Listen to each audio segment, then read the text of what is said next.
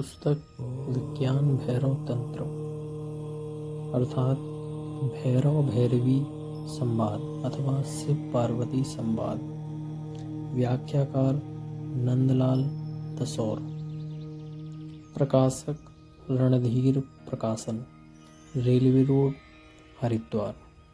ग्रंथ की प्राचीनता लगभग 5000 साल प्राचीन। भैरवी के प्रश्न और भैरव के 112 समाधान अथवा धारणाएं अथवा ध्यान की विधि। धारणा नंबर 21। पृष्ठशून्यं मूलशून्यं युगपद भावयेच्छयः युगपद निर्विकल्पत्वात् निर्विकल्पोदयस्ततः।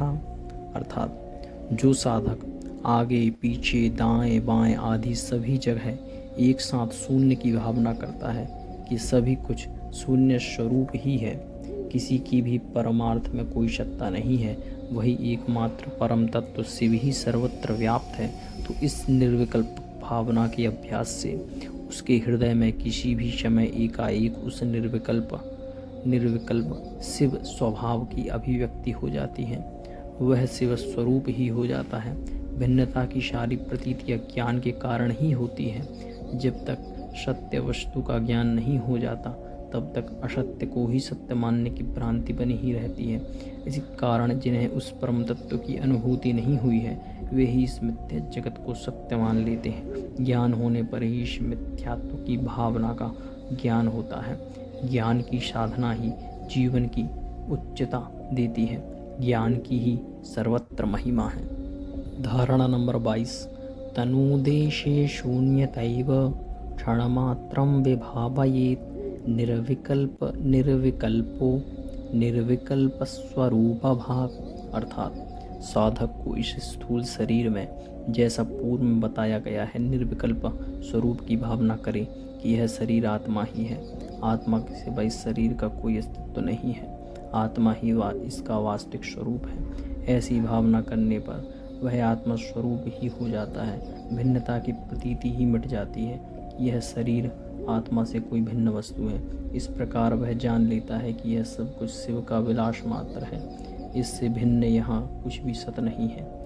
यह सारा जगत चित्त का अर्थात चैतन्य का विलास मात्र है, जो गंधर्व नगर के समान भ्रांति से ही सत जैसा भासता है, वस्तुतः मिथ्या ही है। इस भावना का विकास होने पर साधक अपने ही स्वरूप में प्रतिष्ठित हो जाता है।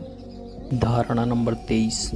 सर्वं देहगतं द्रव्यं व्याप्तं मृगीक्षणे विभावयेत् ततस्तस्य भावना सा स्थिरा भवेत्। अर्थात शिवजी यहाँ भैरवी से कहते हैं कि हे मृगीक्षणे, जिसके हृदय में पूर्व में बताए गए उपायों से शून्यता की भावना ना आ सके, उसे चाहिए कि वह अपने शरीर में स्थित सभी धातुओं, अस्थि, मांस आदि की शून्य रूप में भावना करे कि वे सब शून्य रूप ही हैं। मेरे शरीर में शून्य आकाश के सिवा कुछ भी सत्य नहीं है।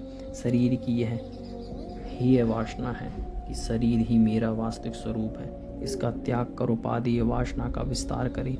यह शरीर नहीं, आत्मा ही सब कुछ है, जो शिव स्वरूप ही है। इस भावना से हृदय में प्रकाश का आविर्भाव हो जाता है।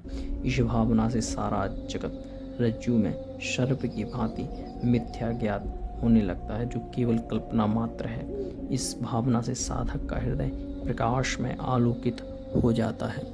धारणा नंबर 24। देहांतरे त्वक् विभागम भित्तिभूतं विचिन्तयेत् न किंचिदंतरे तस्य ध्यान ध्येय भाग भवेत्।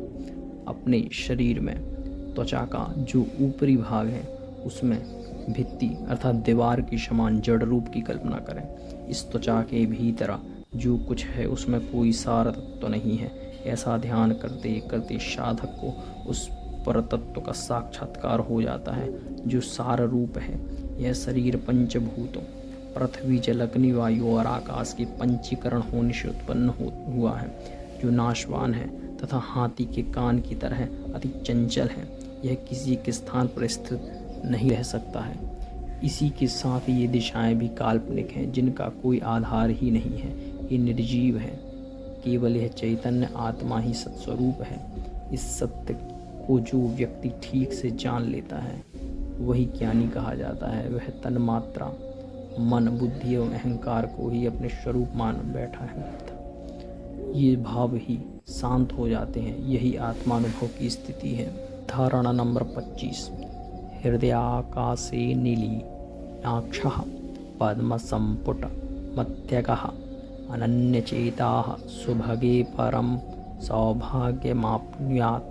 अर्थात भगवान भैरव यहाँ फिर भैरवी है कि हे शुभगे, हृदय रूपी आकाश में अर्थात प्राणपान के मध्यवर्ती स्थान सुषुम्ना की मध्य नाड़ी में जिसका बाह्य और आंतर इंद्रिय समूह लीन हो जाता है और जो ऊर्ध्व और अधः स्थान विद्यमान पद्म के संपुट के मध्य में भावना के बल से प्रविष्ट हो गया है, अर्थात जो चिन्ह मात्रा में स्थित हो गया है, अर्थात अपने स्वरूप में स्थित हो गया है तथा अन्य किसी वस्तु में जिसका चित्त संलग्न नहीं है, वह योगी परमानंद के विकसित हो जाने से अत्यंत स्पृहणीय अवस्था को प्राप्त कर लेता है।